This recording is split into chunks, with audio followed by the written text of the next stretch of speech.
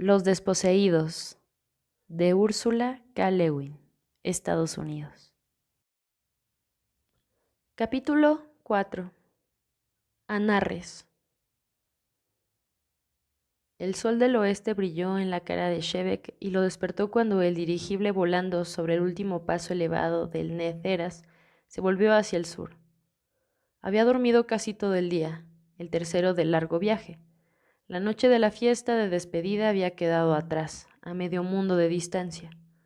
Bostezó y se frotó los ojos y sacudió la cabeza tratando de sacarse de los oídos el zumbido profundo del dirigible, y de pronto, ya del todo despierto, se dio cuenta de que el viaje estaba a punto de acabar, de que se estaban aproximando a Avenay. Apretó la cara contra la ventanilla polvorienta y, como lo había imaginado, allá en el fondo, entre dos cerros rojizos de herrumbre, vio un gran campo amurallado, el puerto. Miró con atención, tratando de ver si había en la pista una nave del espacio. Por despreciable que fuera Urras, era otro mundo, y él deseaba ver una nave venida de otro mundo, un viajero que hubiese atravesado el abismo seco y terrible, un objeto construido por manos extrañas. Pero en el puerto no había ninguna nave. Los cargueros de Urras llegaban solo 8 veces al año, y se quedaban apenas el tiempo que tardaban en cargar y descargar. No eran visitantes bienvenidos, eran en verdad para algunos Anarresti una humillación perpetuamente renovada. Traían aceites fósiles y productos derivados del petróleo, piezas mecánicas delicadas y elementos electrónicos que la industria Anarresti no estaba en condiciones de proporcionar, a menudo alguna nueva cepa de árboles frutales o de plantas gramíneas, y regresaban a Urras cargados hasta el tope de mercurio, cobre, aluminio y uranio, estaño y oro. Era para ellos un negocio pingüe.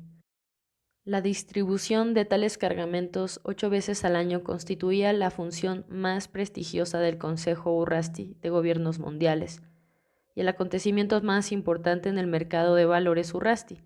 En la práctica, el mundo libre de Anarres era una colonia minera de Urras, una práctica exasperante. Generación tras generación, año tras año, en los debates de la CPD en Avenay se alzaban protestas airadas. ¿Por qué persistir en estas transiciones comerciales con un propietario aprovechado y belicista? Y la respuesta de las mentes más serenas se repetía una y otra vez. A los Urrasti les costaría mucho más extraer ellos mismos los minerales, por lo tanto no nos van a invadir, pero si violamos este convenio de trueque recurrirán a la fuerza. No es fácil, sin embargo, para gente que nunca ha pagado nada con dinero, entender la sociología del costo, el argumento del mercado. 7 generaciones de paz no habían borrado esta desconfianza. De modo que para ocupar los puestos de trabajo denominados de defensa, nunca había necesidad de reclutar voluntarios. La mayor parte de las tareas de defensa eran tan tediosas que en právico, en cuya lengua una misma palabra designaba el trabajo y el juego, no se las llamaba sino Klejik, faena. Los trabajadores de las cuadrillas de defensa tripulaban las 12 anticuadas naves interplanetarias, conservándolas carenadas y en órbita como una red protectora. Mantenían antenas de radar y radiotelescópicas en los parajes solitarios. Llevaban a cabo las aburridas tareas del puerto. Y sin embargo siempre había una lista de espera. El joven Anarresti, por muy contagiado que estuviera de estar moral, pragmática, rebosada de vida, y esa vida reclamaba altruismo, abnegación, la aptitud del gesto absoluto. La soledad, la vigilia, los peligros, las naves del espacio tenían para él una atracción romántica. Fue puro romanticismo lo que hizo que Shevek siguiera con la nariz aplastada contra la ventanilla hasta que el puerto vacío desapareció por detrás del dirigible, dejándole la amarga decepción de no haber atisbado en la pista ni un mísero carguero de minerales. Bostezó otra vez y se desperezó, y miró afuera, hacia adelante, dispuesto a ver lo que había que ver. El dirigible volaba ahora por encima de las últimas serranías de Neceras. Ante él, ensanchándose hacia el sur desde las estribuciones de las montañas, Resplandeciente al sol del atardecer, se extendía una ancha franja de verdor. La contempló maravillado, tan maravillado como la contemplaran 6000 años atrás los antecesores de los Anarresti. En Urras, durante el tercer milenio, los sacerdotes astrónomos de Cerdonu y Dun, observando que las estaciones modificaban la atestada luminosidad del otro mundo, les habían puesto nombres místicos a aquellas llanuras y cadenas de montañas, y a los mares en que se reflejaba el sol. A una región que reverdecía antes que todas las demás en el año nuevo lunar la llamaron Ans Hos, el jardín del espíritu, el Edén de Anarres. En milenios ulteriores, los telescopios les revelaron que no se habían equivocado. Ans Hos era sin lugar a dudas el paraje más favorecido de Anarres, y en el primer viaje tripulado a la luna habían descendido allí, en aquella franja verde entre las montañas y el mar. Pero describieron que el Edén de Anarres era seco, frío y ventoso, y el resto del planeta más inhóspito aún. Allí la vida no había producido formas más evolucionadas que los peces y unas plantas sin flores. El aire era enrarecido como el de las grandes alturas de Urras. El sol quemaba, el viento helaba, el polvo sofocaba. Durante 200 años después del primer aterrizaje, Anarres fue explorado y estudiado, pero no colonizado. ¿Para qué mudarse a un desierto de aullidos cuando había sitio en abundancia en los benignos valles de Urras? Pero habían minerales.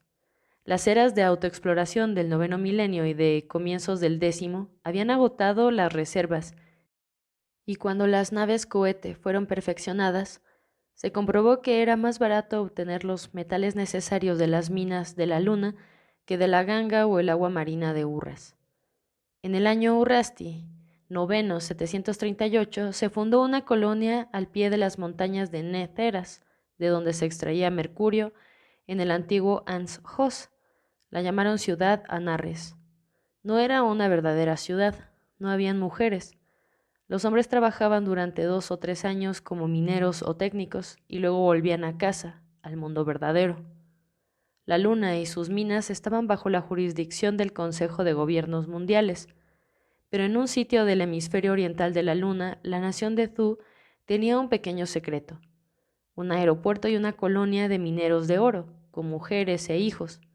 Esta gente vivía en la Luna, pero nadie lo sabía excepto el gobierno de Thu. Fue la caída de este gobierno en el año 771 lo que llevó a que el Consejo de Gobiernos Mundiales propusiera ceder la Luna a la Sociedad Internacional de Odonianos, liberándose así de ellos a cambio de un mundo, antes que socavaran irremisiblemente la autoridad de la ley y la soberanía nacional de Urras. La ciudad de Anarres fue evacuada y hubo tumultos en Thu, y fue necesario enviar precipitadamente un par de cohetes en busca de los mineros clandestinos. No todos eligieron regresar. Algunos le habían tomado cariño al desierto rugiente. Durante más de 20 años, las 12 naves cedidas a los colonos odonianos por el Consejo de Gobiernos Mundiales fueron de uno a otro mundo a través del abismo seco, hasta que transportaron al millón de almas que habían elegido una nueva vida. A partir de entonces el puerto quedó cerrado a la inmigración y abierto solo a las naves de carga bajo el convenio de trueque.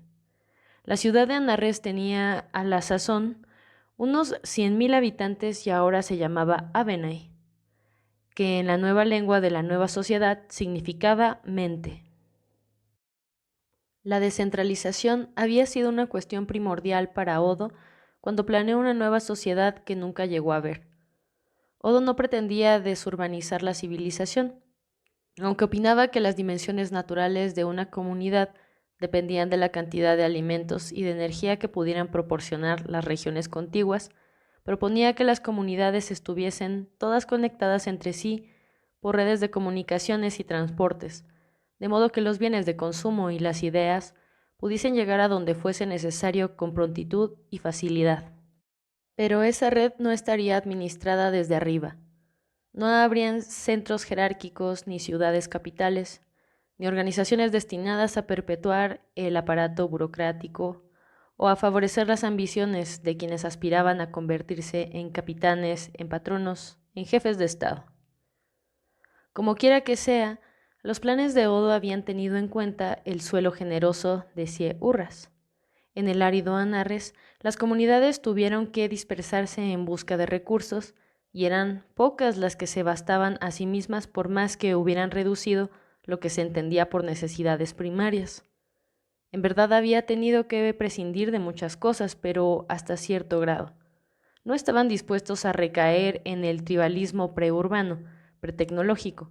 Sabían que el anarquismo era para ellos el producto de una civilización muy desarrollada, de una cultura y diversificación compleja, de una economía estable y una tecnología altamente industrializada capaz de mantener un elevado nivel de producción y distribuir con rapidez los bienes de consumo.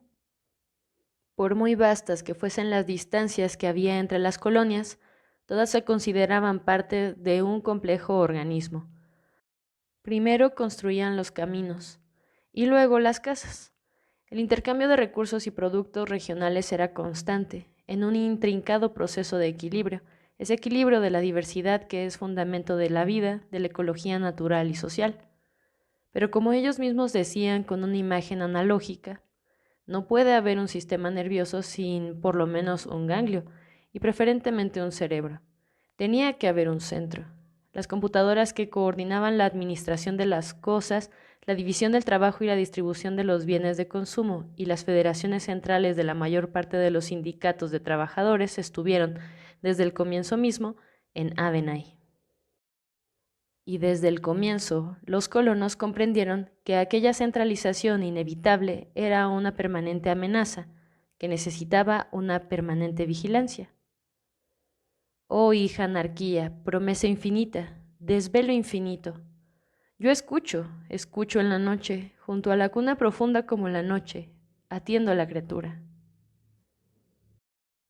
Pío Atean, que había adoptado el nombre právico de Tober, había escrito estos versos en el año 14 de la colonia. Los primeros intentos de los sodonianos por dar a la poesía un nuevo lenguaje, un mundo nuevo, habían sido torpes, desmañados, conmovedores.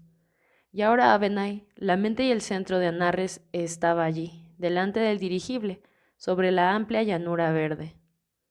Aquel verde brillante y profundo de los campos no era obviamente un color natural en Anarres.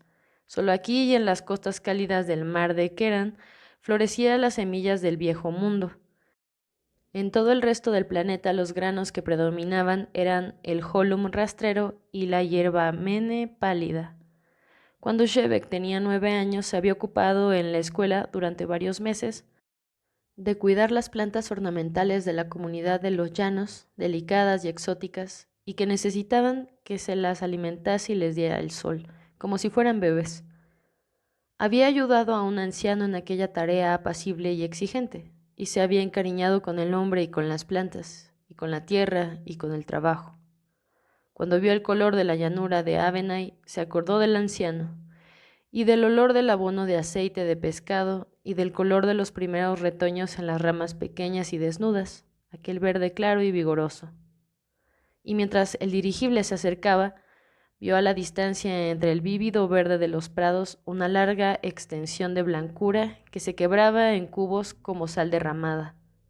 De pronto un racimo de destellos deslumbrantes se alzó en la orilla oriental de la ciudad, y Shebek parpadeó y durante un momento vio unas manchas obscuras, los grandes espejos parabólicos que proporcionaban calor solar a las refinerías de Avenay.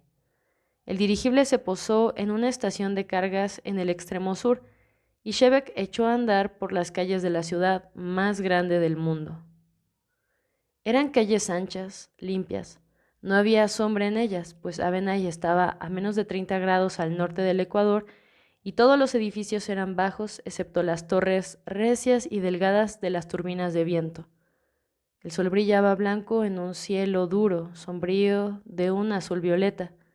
El aire era limpio y transparente, sin humo ni humedad. Todo era nítido, luminoso, de contornos y ángulos definidos. Las formas se destacaban claramente unas de otras. Los elementos que componían Avenay eran los mismos que los de cualquier otra comunidad odoniana, repetidos muchas veces. Talleres, fábricas, domicilios, dormitorios, centros de aprendizaje, salas de reuniones, centros de distribución, apeaderos, refectorios. Los edificios más grandes estaban casi siempre agrupados alrededor de manzanas abiertas que daban a la ciudad una textura celular básica. Había una subcomunidad o un vecindario detrás de otro. La industria pesada y la de alimentos tendía a agruparse en las afueras, y allí se repetía la configuración celular, pues las industrias emparentadas se encontraban a menudo lado a lado en una manzana o una calle determinada. El primero de esos sectores que Shebeck atravesó era el distrito textil, con almacenes de fibras de Holum, hiladerías y tejedurías, fábricas de tinturas y distribuidoras de telas y vestidos. En el centro de cada manzana había un pequeño bosque de estacas empavesadas de arriba abajo con banderines y gallardetes de todos los colores del arte de la tintorería, que proclamaban con orgullo la excelencia de la industria local. Los edificios de la ciudad eran casi todos muy semejantes, sin adornos, sólidamente construidos con piedra o piedra de espuma fundida. Algunos de ellos parecían muy grandes a los ojos de Shebeck, pero casi todos eran de una sola planta, a causa de los frecuentes terremotos. Por la misma razón, las ventanas eran pequeñas y de un plástico de silicona resistente e irrompible. Eran pequeñas, pero numerosas, pues desde una hora antes de la salida del sol hasta una hora después del crepúsculo no había luz artificial. Tampoco se suministraba calor cuando la temperatura al aire libre era superior a los 11 grados centígrados, no porque Avenay escasearan las fuentes de energía, con las grandes turbinas de viento y los generadores terrestres de temperatura diferencial utilizados para la calefacción, pero el principio de economía orgánica era demasiado importante e influía profundamente en la ética y la estética de la sociedad. Todo exceso es excremento. Había escrito Odo en la analogía. El excremento retenido envenena el cuerpo. Avenay era una ciudad sin venenos, una ciudad desnuda, luminosa, de colores claros y definidos y de aire puro. Era una ciudad apacible. Uno podía verla toda, extendida y llana como sal derramada. No había nada oculto. Las plazas, las calles austeras, los edificios bajos, los talleres sin muros, estaban colmados de vitalidad y actividad. Mientras caminaba, Shebeck sentía la presencia de otra gente, gente caminando, trabajando, conversando, rostros que pasaban, voces que llamaban, cuchicheaban, cantaban, gente viva, gente que hacía cosas, gente en movimiento. Las fachadas de las fábricas y talleres daban a las plazas o a los patios, y las puertas estaban abiertas. Cuando pasó por una fábrica de vidrio, el operario estaba sacando del horno una gran burbuja derretida, con la misma naturalidad con que un cocinero sirve la sopa. Al lado de la vidrería había un taller abierto donde fundían piedra y espuma para la construcción. La capataz de la cuadrilla, una mujer corpulenta que vestía un blusón de trabajo, blanco de polvo, observaba la preparación de una tirada con un torrente de palabras turbulento y espléndido. Luego venía una pequeña fábrica de alambre, una lavandería de barrio, el taller de un violero donde se construían y reparaban instrumentos de música, la distribuidora de artículos menudos del distrito, un teatro, una fábrica de tejas. La actividad que se desplegaba en cada lugar era fascinante, y la mayor parte a la vista de todos. Los niños iban y venían, algunos participando del trabajo junto a los adultos, otros entre los pies de los transeúntes modelando pasteles de barro o jugando en la calle. Una niña encaramada en el tejado de un centro de aprendizaje hundía la nariz en un libro. El fabricante de alambre había ornamentado la fachada del establecimiento con unas enredaderas de alambre pintado, alegre y decorativo. Las ráfagas de vapor y de conversación que exhalaban las puertas abiertas de la lavandería eran anonadantes. Ninguna puerta tenía llave, pocas estaban cerradas. No habían disfraces ni anuncios. Todo estaba allí, todo el trabajo, toda la vida de la ciudad, al alcance de la vista y de la mano, y de tanto en tanto un artefacto descendía a la carrera por la calle de los apeaderos, haciendo sonar una campana, un vehículo atiborrado de gente, gente colgada todo alrededor, mujeres viejas que maldecían enérgicamente cuando no aminoraba la marcha en algún apeadero para que pudieran descender, un niñito montado en un triciclo de fabricación casera que perseguía al vehículo frenéticamente, chispas eléctricas que derramaban una lluvia azul desde lo alto de los cruces de los cables, como si de tanto en tanto aquella serena e intensa vitalidad de las calles se sobrecargara y saltara el vacío con un estallido, un chisporroteo azul y el olor de ozono. Aquellos eran los autobuses de Avenay, y cuando pasaban uno sentía deseos de aplaudir. La calle de los apeaderos terminaba en una plaza espaciosa y abierta, y ahí otras 5 calles confluían en un parque triangular de césped y árboles. La mayoría de los parques de Anarres eran patios de tierra o arena, con alguna plantación de arbustos y árboles holum. Este era diferente. Shevek cruzó el pavimento y entró en el parque. Lo había visto a menudo en imágenes y quería observar de cerca aquellos árboles de otro mundo, los árboles urrasti, de verdor multitudinario. Caía el sol, el cielo ancho y abierto se ensombrecía de púrpura en el cenit, y la oscuridad del espacio aparecía ya a través de la atmósfera ligera. Alerta, cauteloso, se internó bajo los árboles. ¿No era un despilfarro esas hojas apretadas? El holum, el árbol, crecía y prosperaba con espinas y agujas, nunca excesivas. Toda esta extravagante profusión de hojas, ¿no era mero exceso, excremento? Estos árboles no podían crecer y florecer sin un suelo rico, sin un riego constante y cuidados extremos. Toda esa lujuria, tanto derroche, le pareció ofensivo. Caminó entre los árboles, a la sombra de los árboles. El césped extraño era elástico bajo los pies. Era como caminar sobre carne viva. Con un sobresalto, retrocedió al sendero.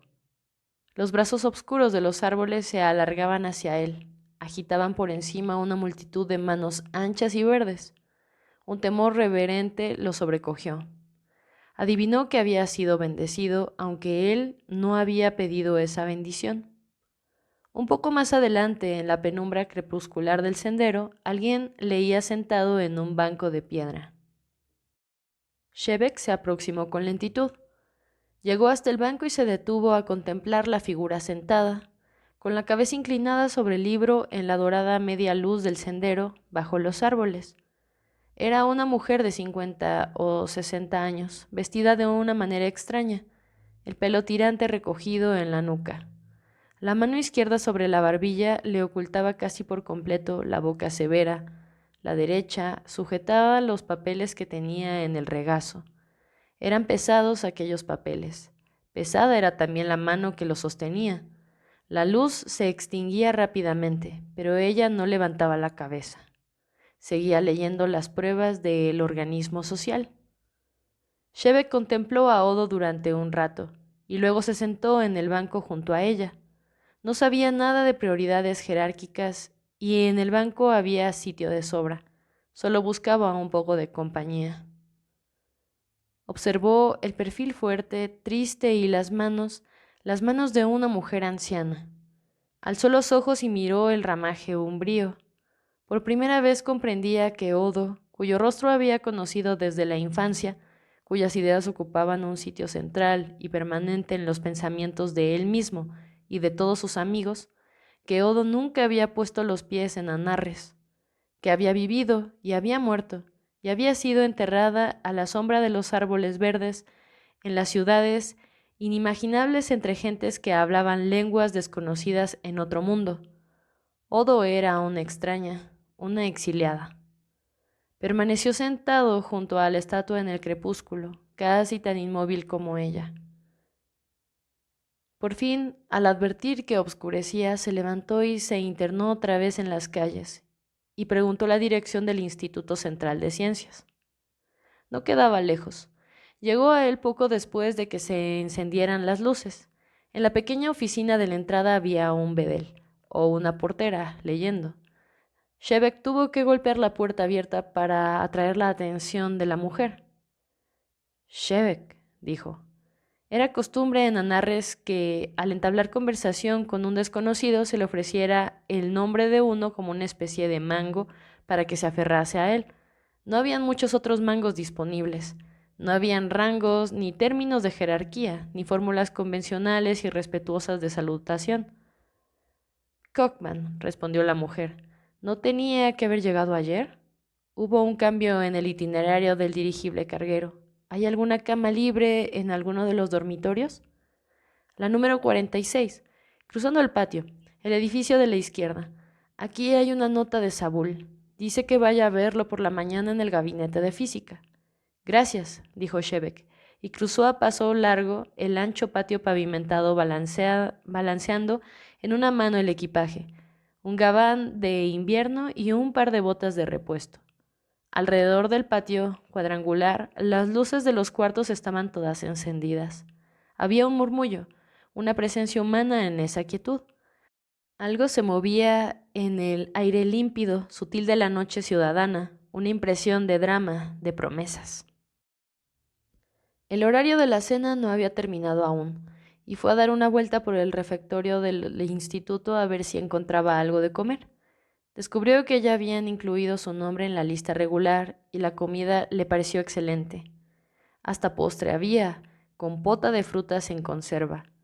A Shebek le encantaban los dulces, y como era uno de los últimos comensales y quedaba fruta en abundancia, se sirvió un segundo plato. Comía solo en una mesa pequeña. En otras próximas, más grandes, grupos de jóvenes en charlas de sobremesa. Oyó discusiones sobre el comportamiento del argón a temperaturas muy bajas, el comportamiento de un profesor de química en un coloquio, las curvaturas putativas del tiempo. Algunos lo miraban de reojo, no se acercaban a hablarle como lo haría la gente de una comunidad pequeña con un desconocido, y sin embargo las miradas no eran hostiles, un poco desafiantes quizá. Encontró el cuarto 46 en un corredor largo de puertas cerradas. Las habitaciones evidentemente eran individuales y se preguntó por qué la Bedel lo habría mandado allí. Desde sus 2 años de edad siempre había vivido en dormitorios, en habitaciones de 4 a 10 camas. Llamó a la puerta del 46. Silencio. La abrió. Era un cuarto pequeño, escasamente iluminado por la luz del corredor, y no había nadie en él. Encendió la lámpara, 2 sillas, un escritorio, una gastada regla de cálculo, unos cuantos libros, y prolijamente doblada sobre la plataforma de la cama una manta anaranjada tejida a mano. Alguien vivía ahí. La Bedel se había equivocado. Cerró la puerta, la abrió otra vez y apagó la lámpara. Sobre el escritorio, debajo de la lámpara, había una nota, garrapateada en un trozo de papel. Shebek, Gav, Física mañana, 24154, Saúl. Puso el gabán sobre una silla, las botas en el suelo. Se detuvo un momento a leer los títulos de los libros, manuales clásicos de física y matemáticas, encuadernados en verde, con el círculo de la vida estampado en las cubiertas. Colgó el gabán en el armario y guardó las botas. Corrió con cuidado la cortina del armario. Cruzó la habitación hasta la puerta. 4 pasos. Allí se detuvo, vacilante. 1 minuto más y entonces, por primera vez en su vida, cerró la puerta de su propio cuarto. Saúl era un hombre pequeño, rechoncho y desaliñado, de unos 40 años. El vello facial era en él más oscuro e irusto que en el común de la gente y se alargaba en el mentón en una barba espesa. Vestía una túnica de abrigo que quizá venía usando desde el invierno anterior. Los bordes de las mangas estaban negros de la suciedad. Parecía estar siempre de mal humor. Y así como escribía sus mensajes en pedazos de papel, se expresaba también en pedazos y gruñía al hablar. «Tienes que aprender iótico», le gruñó a Shebek. «¿Aprender iótico?» Dije aprender iótico. ¿Para qué? Para poder leer a los físicos Urrasti, Atro, To, Baisk, esos hombres. Nadie los ha traducido al právico, nadie podría. 6 personas tal vez, en Anarres, son capaces de comprenderlos, en cualquier lengua. ¿Cómo puedo aprender iótico? Con un diccionario y una gramática. Shebek no se inmutó.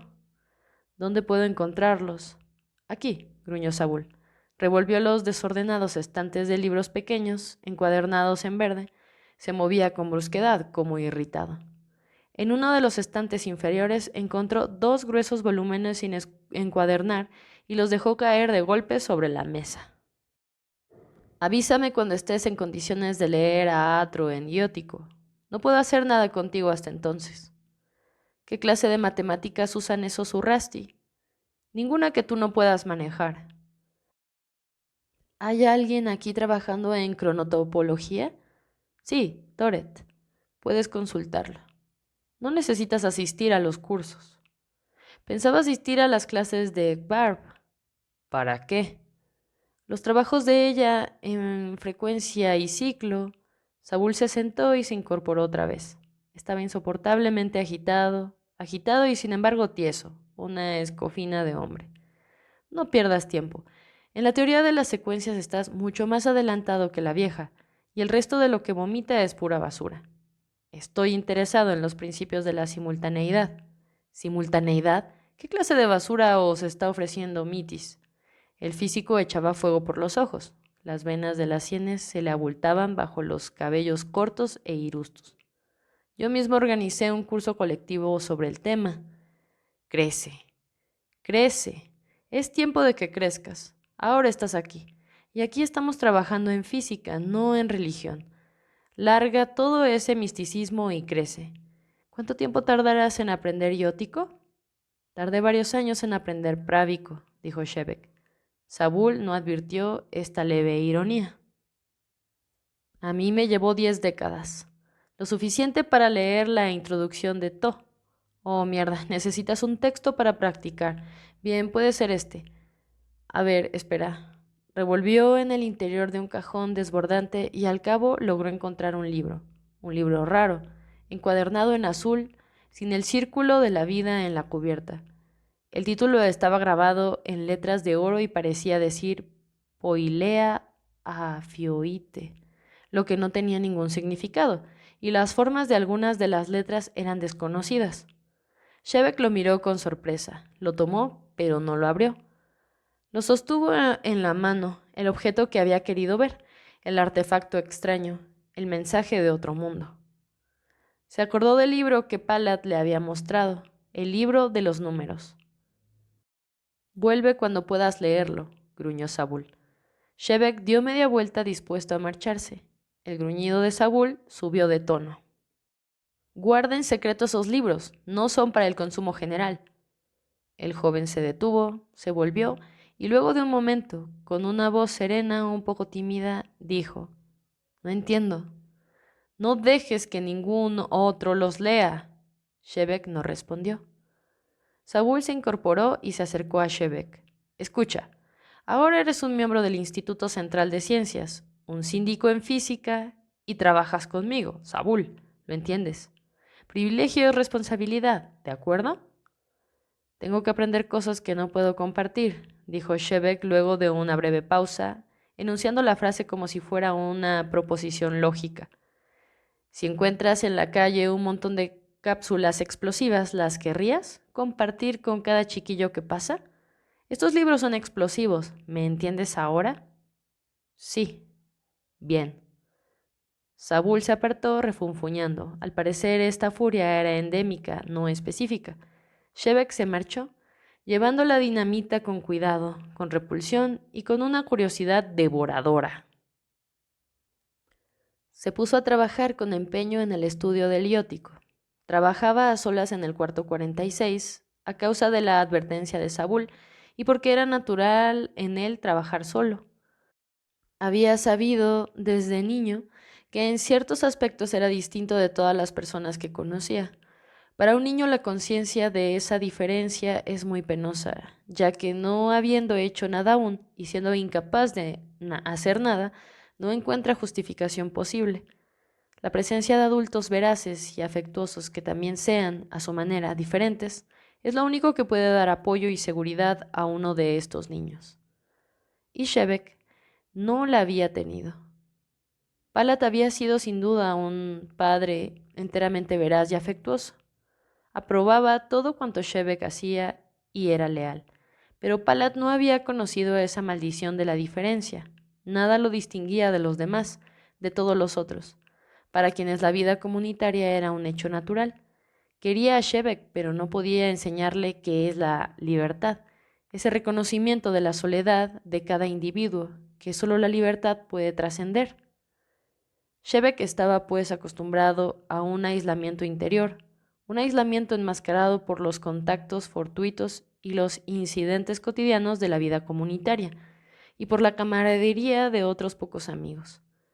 Demasiado consciente, a los 20 años, de sus propias peculiaridades, se mostraba retraído y reservado, y sus compañeros de estudios, adivinando que esa reserva era genuina, no trataban de acercarse a él. Pronto se aficionó a la intimidad del cuarto. Le complacía aquella independencia total. Solo salía de la habitación para ir al refectorio a la hora del desayuno y la comida, y para una rápida caminata diaria por las calles de la ciudad con el propósito de distender los músculos, acostumbrado desde hacía tiempo al ejercicio, y luego de vuelta al cuarto 46 y a la gramática iótica. Una vez en cada década o dos tenía la obligación de cooperar en las tareas rotativas comunitarias del 10.º día, pero la gente con quien trabajaba eran desconocidos, no personas con las que tuviera alguna relación más o menos cercana, como habría sido el caso en una comunidad pequeña. Y aquellos días de trabajo manual no significaban una interrupción psicológica del aislamiento en que vivía, ni de sus progresos en iótico.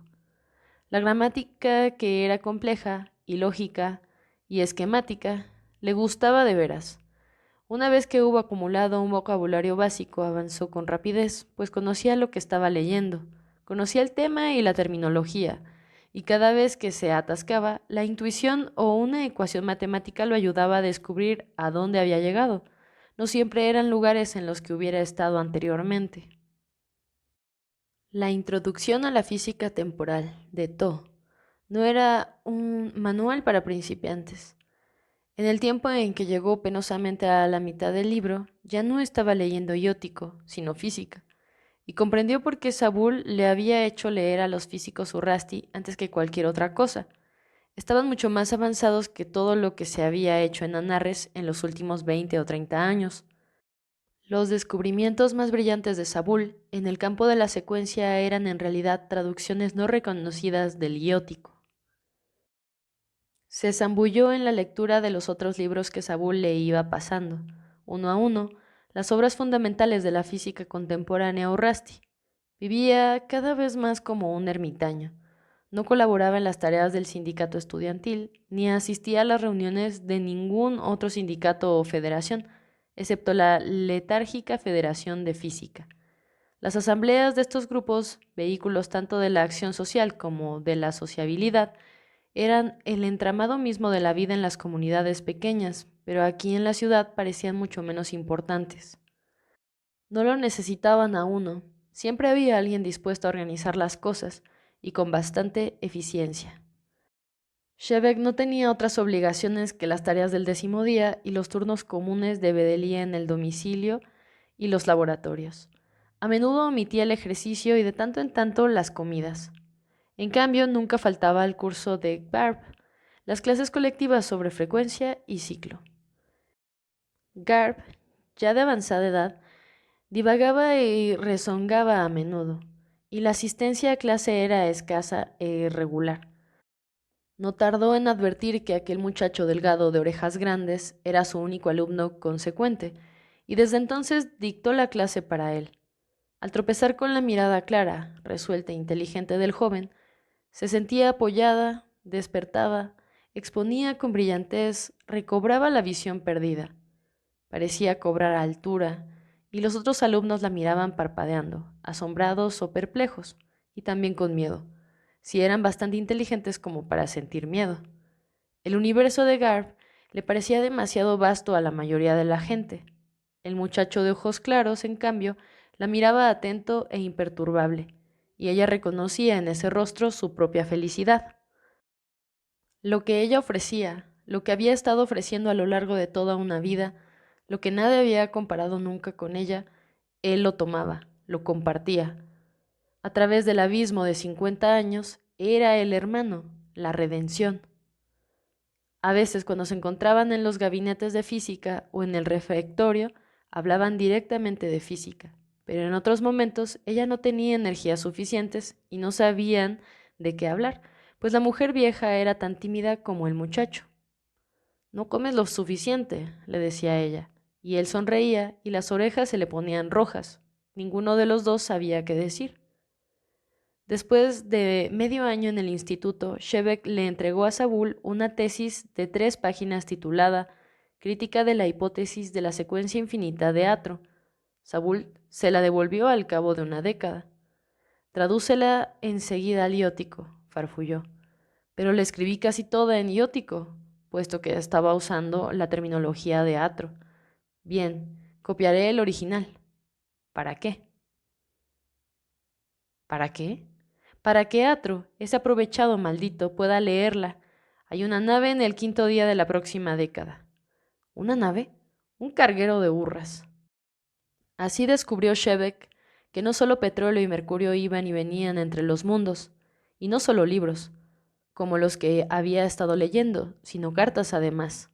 Cartas, cartas a la gente del propietariado, a los súbditos de un gobierno fundado en la desigualdad del poder, a individuos que eran inevitablemente explotados por unos y explotados de otros, y que habían consentido en ser elementos de la maquinaria estatal. ¿Era posible que gente así quisiera realmente intercambiar ideas con un pueblo libre de una manera voluntaria y no agresiva? ¿Eran capaces de admitir la igualdad y participar en la solidaridad de la inteligencia, o solo les preocupaba dominar, hacerse fuertes, poseer? La idea misma de intercambiar cartas con un miembro del propietariado lo alarmaba, pero sería interesante averiguar. Tantos descubrimientos semejantes a aquel le habían sido impuestos durante el primer año en Avenay que tuvo que reconocer que había sido, y tal vez era aún, extremadamente ingenuo, algo no muy fácil de admitir para un joven inteligente. El primero, y todavía el menos aceptable, de aquellos descubrimientos era que tenía que aprender iótico, pero mantener en secreto ese conocimiento. Una situación tan nueva para él y moralmente tan equívoca que aún no había llegado a entenderla del todo. Evidentemente no hacía daño a nadie al no compartir ese conocimiento con los demás, pero por otro lado, ¿qué daño podía causarles saber que él había aprendido iótico y que también ellos podían aprenderlo?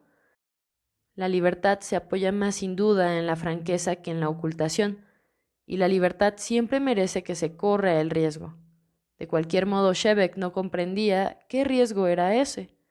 Se le ocurrió una vez que Sabul quería conservar la nueva física o Rusty como algo privado, poseerla como un bien, una herramienta de poder contra los colegas de Anarres. Pero esta idea era tan contraria a los hábitos mentales de Shebeck que tardó en admitirla, y entonces la reprimió enseguida, con desprecio, como un pensamiento genuinamente repulsivo. Estaba además la habitación privada, otra espina moral. De niño, cuando alguien dormía solo en un cuarto era porque había molestado demasiado a los otros ocupantes del dormitorio, porque era un egoísta. Soledad equivalía a oprobio. En términos adultos, el referente principal de los cuartos privados era de naturaleza sexual. Cada domicilio tenía cierto número de habitaciones particulares, y cuando una pareja quería copular, utilizaba uno de estos cuartos libres por la noche, o una década, o por el tiempo que quisiera. Una pareja tomaba al principio un cuarto doble. En una ciudad pequeña donde no habían dobles disponibles, levantaban uno en el fondo de un domicilio y de este modo, cuarto a cuarto los edificios se extendían largos, bajos, en los llamados vagones de compañeros. No había ninguna otra razón para no dormir en un dormitorio común. Cada uno tenía el taller, el laboratorio, el estudio, el granero o la oficina que necesitaba para trabajar. Los baños podían ser públicos o privados, como uno quisiera. La intimidad sexual era facilitada libremente y socialmente sancionada. Fuera de eso, Cualquier forma de aislamiento se definía como no funcional. Era exceso, derroche.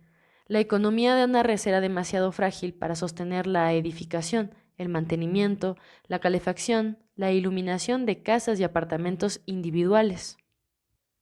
Una persona de naturaleza genuinamente insociable tenía que apartarse de la sociedad y cuidar de sí misma. Nada se lo impedía. Podía construirse una casa donde quisiera, aunque si estropeaba un hermoso paisaje o una parcela de tierra fértil, a veces tenía que mudarse a causa de la presión de los vecinos. Había muchos solitarios y ermitas en los lindes de las comunidades anarresti más antiguas. Decían que no eran miembros de una especie social. Pero para aquellos que aceptaban el privilegio y la obligación de la solidaridad humana, la vida privada solo tenía valor cuando cumplía alguna función. La primera reacción de Shebeck, cuando le dieron un cuarto separado, fue pues mitad de rechazo y mitad de vergüenza. ¿Por qué lo habían metido allí? Pronto descubrió por qué. Era el lugar adecuado para el tipo de trabajo que estaba haciendo. Si las ideas le acudían a medianoche, podía encender la luz y escribirlas. Si le venían al amanecer, no se le iban a escapar de la cabeza a causa de la charla y el bullicio de cuarto o 5 compañeros de cuarto que se levantaban juntos, y si no le acudían y tenían que pasar días enteros sentado frente al escritorio con la mirada fija en la ventana, nadie se le acercaría por la espalda a preguntarle por qué estaba holgazaneando. Tener un cuarto propio era, en verdad, casi tan deseable para la física como para el sexo, pero aún así, ¿era necesario? Siempre había postre en el refectorio del instituto a la hora de la cena. Shebeck lo saboreaba con fruición y cuando había de sobra lo repetía. Y la conciencia orgánico-social, se le indigestaba. ¿Acaso todo el mundo en cada uno de los refectorios del planeta, desde Avenay hasta las regiones más distantes, no recibía lo mismo, no compartía lo mismo? Eso era lo que siempre le habían dicho y lo que siempre había observado. Había, desde luego, variantes locales y especialidades regionales, escasez, excedentes, sustituciones de personal, como ocurría en los campamentos de planificación, malos y buenos cocineros, en suma una variedad infinita dentro del esquema inalterable. Pero ningún cocinero era tan ingenioso como para poder preparar un postre sin los ingredientes necesarios. La mayoría de los refectorios servían postre 1 o 2 veces en cada década. Aquí lo servían noche tras noche. ¿Por qué? ¿Acaso los miembros del Instituto Central de Ciencias eran mejores que otra gente? Shebeck no le hacía a nadie estas preguntas. La conciencia social, la opinión ajena, era la fuerza moral más poderosa en el comportamiento de casi todos los Anarresti, pero en Shebeck era un poco menos poderosa que en los demás. Le preocupaban tantos problemas incomprensibles para otra gente que se había habituado a trabajar en ellos a solas y en silencio. Así resolvió también estos problemas, que en algún aspecto eran para él mucho más difíciles que los de la física temporal. No solicitó la opinión de nadie.